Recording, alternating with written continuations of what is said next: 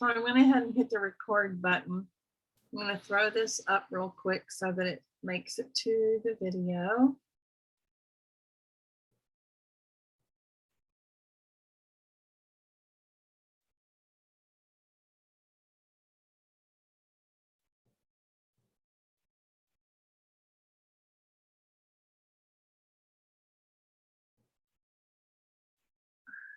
Stop share. So I'm just going to go ahead and admit the couple of people who showed up, and then I'm going to start our intro.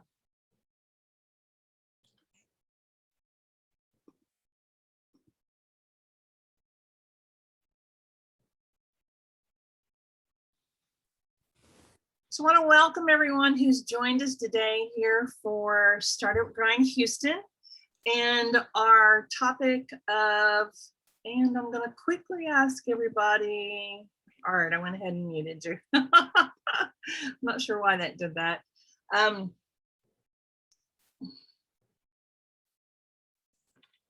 So I want to give an introduction today and some thoughts behind why we've picked some of the topics that you'll notice we're picking really different topics this next year. And that is because, you know, there's a lot of different places, and there's plenty of places you can go to have the same conversations that happen in multiple cities over and over again. But what I'm noticing is that it's really time for us, and it's one of the things that we prefer to do here in the Houston chapter. Thank you, Eugene, for your comment. But since we have committed to a 45-minute time with Alison today, if people come in late, that's on them, and they're more than welcome to listen to the recording. So let me regather my thoughts here. The joys of being a highly sensitive entrepreneur, which I know Alison can completely appreciate. One of the things that James and I both have deeply appreciated about what we do different with the Startup Grind chapter here in Houston is that we have this innate creative willingness to look for topics on the edges of conversations instead of the same topics that are happening over and over again in the middle of conversations. And that's why I wanted to bring you Alison Tedford today, who is a colleague and an Indigenous sister. You know, we find that as entrepreneurs, and especially in the startup community, being able and being willing to have the hard conversations is what makes us unique. We're constantly looking for ways to solve problems, but not just solve the everyday problem. While some startups do that, that's wonderful. We've chosen to have our focus to be, how can we think in new, different, unique ways that align us with solving the bigger problems or the things that we're seeing coming in the future. And that's one of the reasons why I wanted us to have a really different kind of conversation today. One that I love how Alison put this in her LinkedIn, and that is to help you share your values, sell your products and services in socially conscious ways from the perspective of Indigenous entrepreneurship.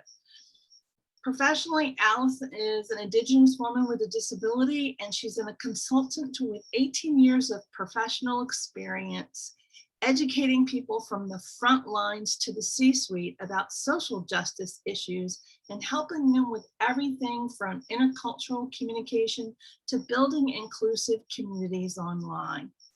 Trust is an action and a behavior that James Phelan, my partnership director, and I consistently look at, and we view through a microscope these past few years of what will allow us to really show up as our higher selves and be able to help us create solutions that move us all forward.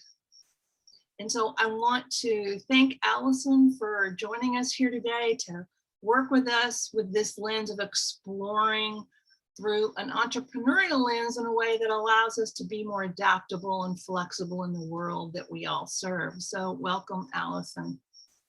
Thank you so much for having me. It's so nice to meet with you.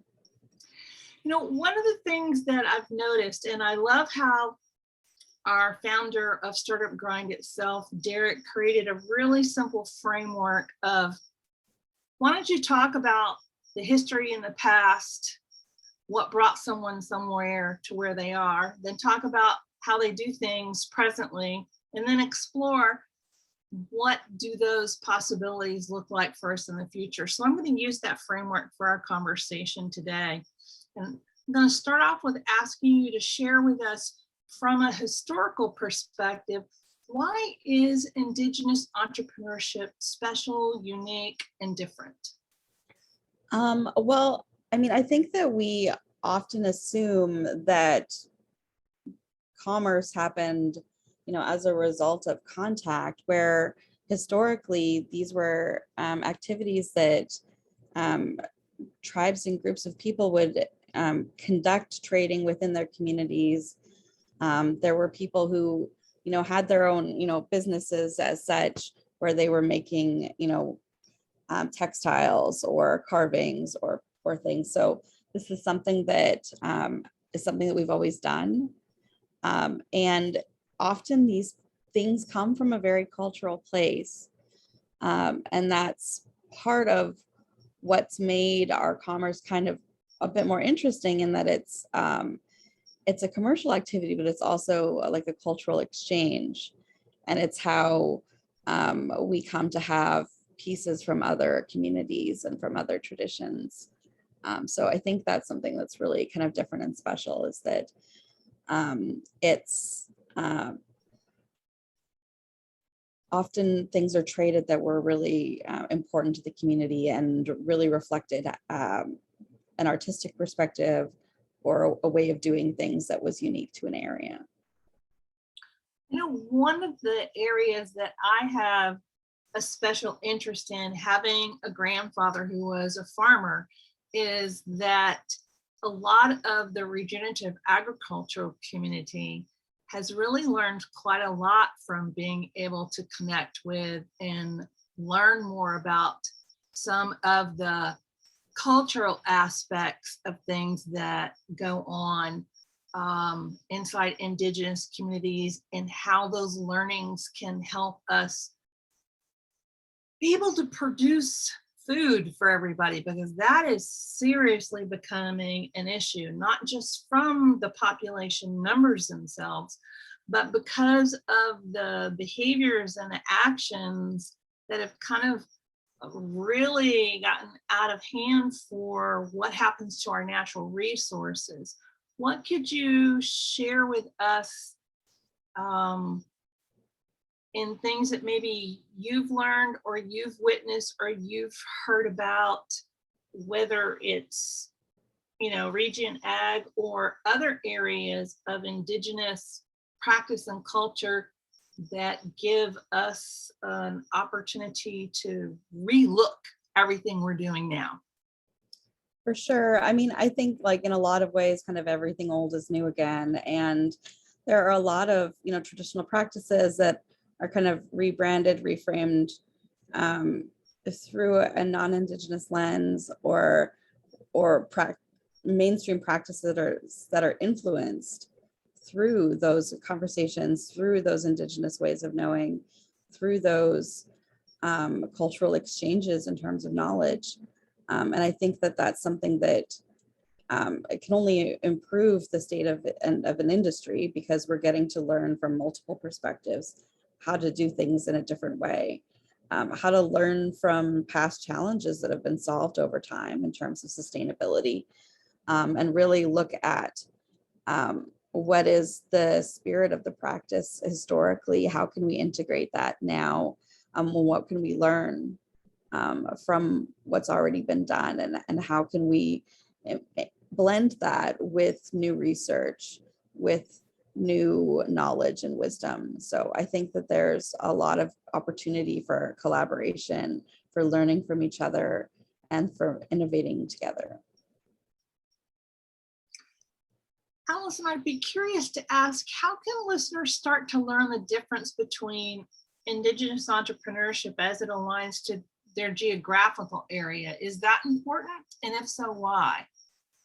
I mean, I think that having relationship with community locally can only be a benefit. There's more opportunities for collaboration and learning from each other. There's a way to understand other people in your community and where they're coming from. Whether folks from the community might be part of your customer base, if you're like a hyper local business, or whether you just have some chances to work together in the future to collaborate and create something interesting. And I think there's always a benefit to when we do land acknowledgements often, and we speak about how we work and play on the traditional unceded territories of various groups of people.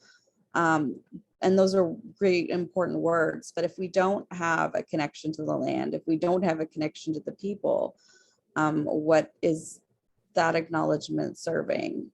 And so I think it is really important to have an understanding of the people of the land, so that when you make those statements, that it means something, because you have an understanding of the people, their perspective on the land, what their hopes are for it, how we can work together within the space. One of the things that surfaces as I'm listening to your answers, because the part of the interesting dance for me is being Indigenous with you and having an understanding, but having to separate pieces of myself and approach the conversation without that knowledge and knowingness. And what I observe a lot of times is leadership in the world over here that most people know about, recognize, and acknowledge, they don't even think about these things. What is a way that we can help expand their awareness so they'll start to ask better questions, so they'll start to look at who are we working with versus being these little solar, what's the word I'm trying to think of? It's almost like we have all these individualistic approaches, all trying to dance together, but their focus is more, we're going to do what's right for us and to heck with everybody else. Yeah, I mean, I think that, part of that is around, like, if you're a business that talks about diversity and inclusion, that you really look at, what does that mean? Who are you looking to include? How do you include them? What are some opportunities to do that? And that really gets to looking at, like, who are the stakeholders in your business? Who are the people that you consult with, in terms of like an informal board or a formal one? Like, what are the relationships that you have within the community? How are you intentionally networking? What are the learning opportunities that you're taking advantage of and planning for yourself? And also, if you say that you would like to have a connection with a group of people, how is that reflected in your content? And how are you learning what you need to in order to create it? And so that's about relationship. That's about learning from each other and being able to put into words those things. So I think it's really looking at really an expanded consultative process and really defining what your values are and how that can be reflected in the way that you work with people in your community. Well, now that we've kind of shifted into the present view of things, the other layer that companies are finding themselves dealing with now is that because of these times that we're living in, so basically the past 18 months, human thought and behavior has shifted significantly. It's one of the first times we've seen, even though there's a lot of divisiveness that's happening, we've seen a core set of people come together and go, you know what? There is power in us as numbers. There is, we do, for example, let's talk from the talent perspective, because one of the biggest challenges startups have when they're starting to develop as well as grow is bringing on talent to help them deliver the solutions they're creating. And talent, or that's kind of a big umbrella to talk about people, whether it's your direct teams or employees or freelancers, that entire piece of business is shifting significantly. What would you recommend, especially startup founders who are seeing so much happen so quickly, all while they're trying to wear a lot of hats themselves? What kind of questions can they be asking themselves to help them be able to operate in this space that's literally changing underneath their feet? Yeah, I mean, I think it's really about looking at, when we have everything changing at the same time, we have opportunities to build new habits, we have opportunities to do things differently, invent new processes.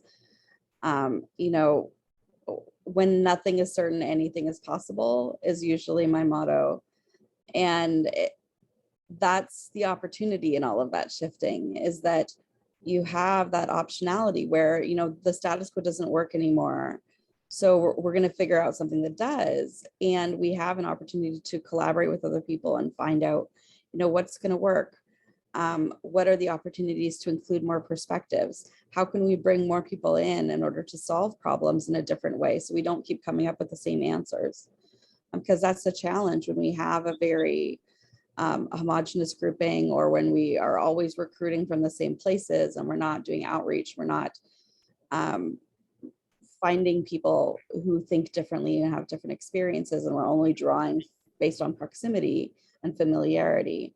We don't have as many opportunities to create something innovative at a time where, like, we can be as innovative as we want to, because everybody knows that what happened before isn't going to work anymore. So something new is coming. So we get to choose that within parameters. And so having that diversity lens and having that reaching out within the community to try and work together to solve problems, it can only be beneficial in those times.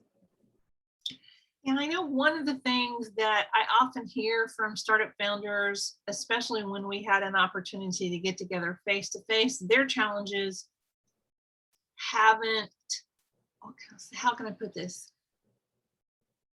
Their core set of challenges of what they need to do as a startup haven't changed. It's almost as if the circling planets around them have increased. The number of things that they need to address have increased. Are there any resources, or do you have any suggestions of someone who either has really great writings, books, blogs, yourself, other people, that would give them an opportunity to kind of start absorbing the knowledge and the message, so that it gives them the space to kind of start reflecting instead of feeling like everybody's coming at them with what they should do? Yeah, I think an easy place to start is by diversifying your social media feed and looking at who are the influencers and thought leaders in various areas. And then you can learn in a more bite-sized way by following their writings, and you can start immersing yourself in different perspectives in a way that doesn't take a huge time investment or necessarily initially a huge budgetary investment. So definitely switching up who you're following and who you're listening to, looking at where are you getting your information, and are there different sources that integrate more different perspectives that you could be drawing from. So really diversifying your information sources, and really staying attuned to what's happening. So much of, all of those, planetary pieces of everything circulating is really around situational awareness and having an understanding of what your staff, your stakeholders, your customers are going through and experiencing. And often there's a reluctance to speak on that because there's this perception that doing so is political. But really, it can be considered a statement of empathy.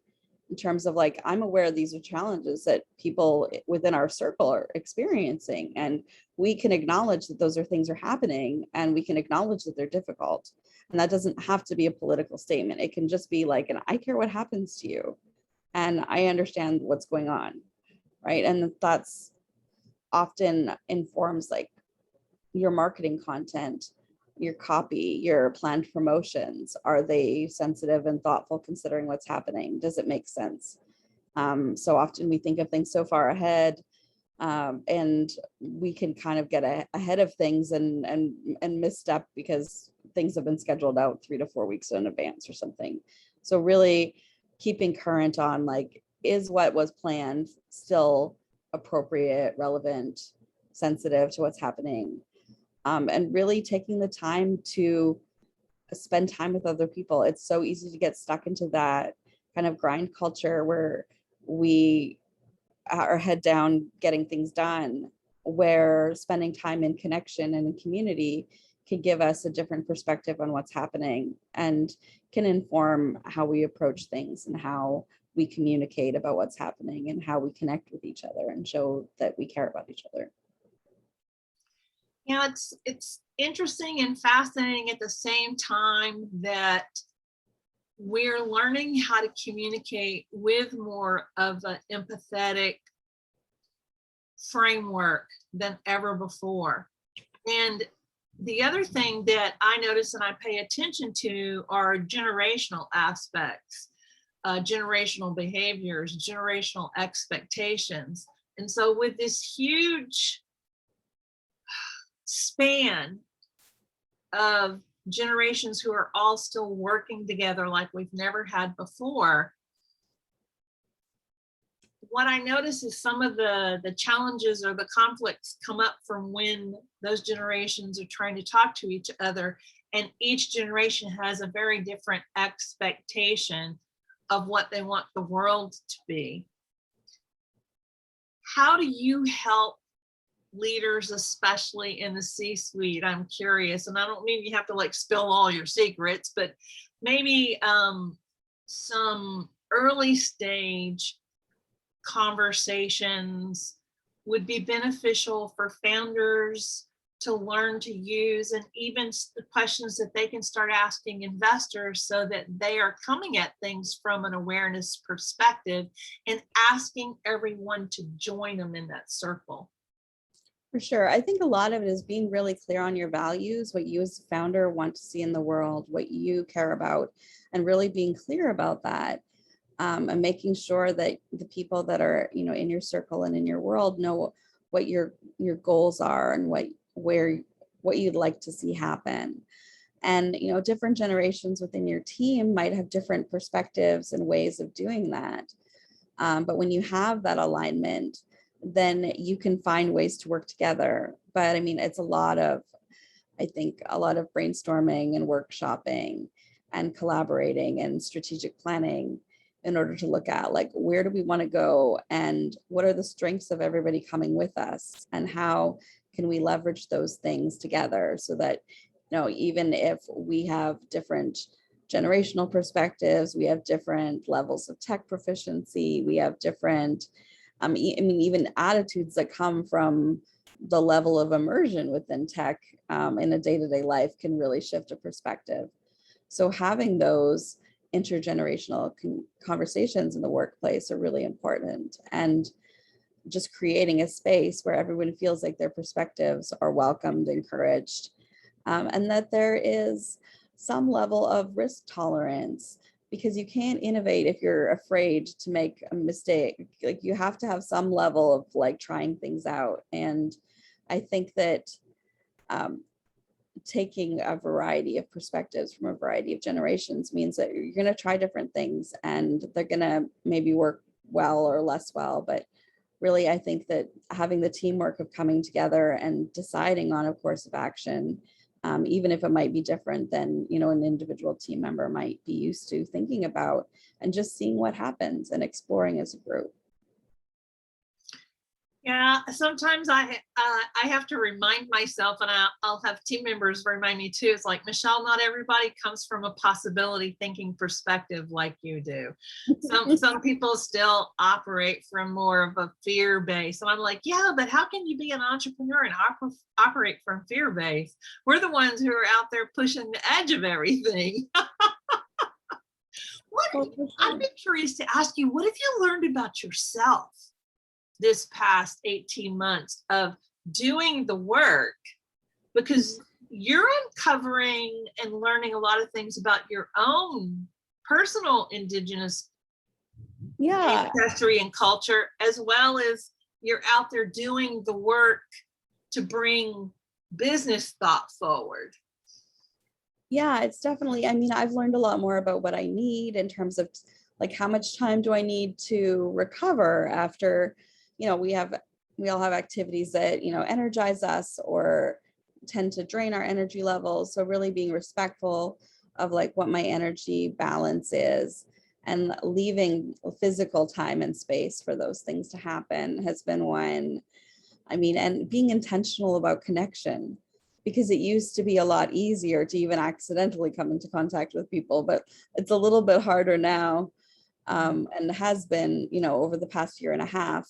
And then also looking at like what kinds of influences and inputs is most supportive of what I'm going through, and really curating my environment and my connections to support what it is that I need in, even in a moment, in a week, in a month.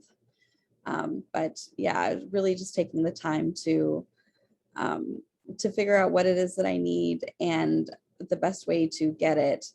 And I mean, I've learned that I'm resilient and creative and a good problem solver, and that we can do things, on our own without being alone, and just finding different ways to bridge that has been kind of one of the bigger challenges in the past year and a half. I'm sitting over here, and there are a couple of people I interviewed when I still had Breakthrough Business Radio, and for the life of me, I'm having a challenge pulling both their names up clearly. But I think I'll maybe add it in the description of the video when we pop this on YouTube. But two things distinctly come to mind, and that is, there was a woman that I talked to in the early years. So she was way ahead of everybody, which is natural as well as notorious for her brand. She talked about what it is going to take for us to be innovative as well as solve really important problems, 7, 8, 9 years ago. And then another one just a couple of years ago, who I remember her first name, but not her last name. Heather talked about the future of her expertise is the future of work. And she talked about how we're going to have cycles of where people will work for a project span really intensely, and then they'll have a long time off in between. And I remember being really fascinated with that perspective and wondering, is that ever going to come to play in my lifetime? And then we're dealing with what we're dealing with now, which is causing huge shifts of thinking around how we work together and what all that looks like. Are you seeing anything or anyone presenting thoughts and ideas like that, where teams of people will come together and maybe work on a project for a year, and then they'll have 6 months off? Because we're so used to thinking you're either a business owner, an entrepreneur, or you're an employee. And then there's these wee people over here who are freelancers. I mean, I think it depends on your industry. Like, that's certainly something that happens within the film industry, where everyone works really hard for 3 months to 6 months to a year or what have you. And then there's like a period of dormancy. And then, looking at seasonality of like fishing and those things where it only happens during certain months of the year. And then the rest of the time is filled with other activities, either other revenue generating activities or other family activities. So I think it's something that we see, you know, within specific industries, but certainly it's something that we would be well served to consider whether, um, you know, the seasons and the patterns that we see in our lives make sense to build a business around. Like for me, like I find my health outcomes are the most challenging during the summer. You know, I'm kind of a puddle between May and September. So it's not ideal for that to be a time of a big push. You know, big push stuff is better to happen in the fall or the winter when I can be cozy and warm inside and not melting and choking on fire smoke. So, and I really am at a place where in my own business planning, I'm having to look at being like, okay, well, I'm going to stack these months more and these months less, because these are the seasons where I need to be paying more attention to family, or these are the seasons where I need to be paying more attention to my health. And I think that we have capacity to build businesses around that. I mean, and even looking in terms of kind of how things happen within Indigenous cultures, and you know, planning like, well, I'm probably not going to be able to get a hold of them because it's powwow season, or you know, I probably won't be able to catch them because, you know, they're off for Sundance. So just really having that awareness and understanding that like you can build something that supports and sustains the way you're doing things. So you just have to do a lot of planning, and you have to really be intentional about it and look at what it is that's important to you and how you want that business to serve those needs. Well, one of the things that I learned a long time ago that originated from my interview days on the radio show is to learn to ask the question, what did I not think to ask you that you think would be important for us to talk about, or someone else has asked you and I just plain old didn't think of it? I mean, often what I hear business owners ask is, do I really need to talk about that stuff that's happening around us? Or do I really need to think about diversity? Because I don't have a big team. There's like 3 of us. I don't have a budget like Google or Amazon. And my answer to that is usually like, absolutely yes. It's still time for you to think about that. You can make incremental improvements and taking a growth mindset approach to how inclusive your business is, and really looking at what can I do here and now, what makes sense, and how can we build that into the plan? How can we bake that into the way we do business so that it naturally grows as we grow? So I think that there's a lot of room for intentionality, even when you are in the early days. And really that's initially getting really clear on your values and what you're hoping to accomplish, and how you can all work together towards that, you know, in small ways now and bigger ways later. And just making that part of business so it isn't a weird jarring thing where you hit a certain threshold and you're like, oh, we should start caring about this. Like it's not just like a department that you acquire when you're big enough, but it's a way of doing life and business in the interim. And it's a way of considering and growing your business, because statistically more diverse businesses make more money. So if you're concerned about revenue, that's an area to focus on, is what is the diversity of thought that's going into your innovation, and how are you leveraging the experiences of a vast number of people in order to create the best solution possible for your people. So I love how you shared the possibility and brought back around the values again. You know what it made me think of? It made me think of when I was asked to be a chapter director for Startup Grind. One of the things that caught my attention and pulled on me and my heart was the fact that they had a core set of values that they operated around. And they started off with just, you know, first they started with 1 chapter, then they, you know, kind of expanded up and down California with, you know, a handful of chapters. And now it's the largest entrepreneurial global organization in the world because it was so easy. And I'm going to share this because I want everyone to ask themselves a better set of questions. It was easy for each one of us in each city, in each country, to focus on what needs to happen for my community, because we had a framework of values to operate. And then Derek, hands off. He knew he was dealing with entrepreneurs. He didn't tell us how we had to run our chapters. He didn't tell us, how we had to focus on doing things. He gave us a framework of values, and he trusted us to do the right thing. Now, granted, we had to go through an intense interview process to be approved as chapter directors, just like you do when you hire talent, to make sure you've got people who are really going to align with those values. But I wonder why this has been an area that, while people will talk about it, you just brought up so many times, they think they have to be a certain level of growth in order for that to be important, or in order for them to be able to, quote, afford to do it. And I would push back and say, you know what? As a startup, start with your investors, start with your mentors, start with your advisors. How diverse are the people you're going to help you do those core pieces of your business? Even your suppliers, like who's providing your tech software, where are you buying what you need for production?